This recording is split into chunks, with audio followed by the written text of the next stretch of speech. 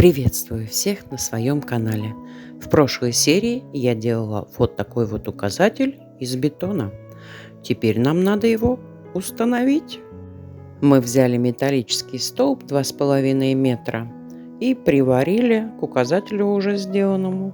Соответственно, вкопали, обмотали 2 видами сетки. Ну и, конечно же, нанесли черновой слой 2 к 1. После небольшой просушки приступаем к декорированию. Для начала я обмазываю весь столб тоненьким слоем и накладываю ту толщину, которая мне надо, для того, чтобы получилось дерево.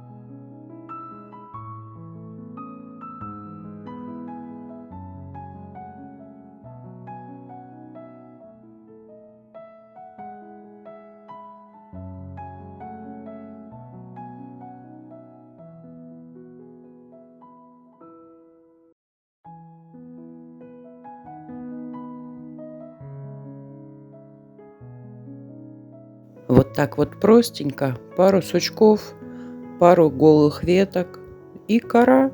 И получилось у нас дерево-указатель. Кстати, жильцы деревни были очень довольны, что у нас появился вот такой указатель. Правда, они не верили, что он из бетона.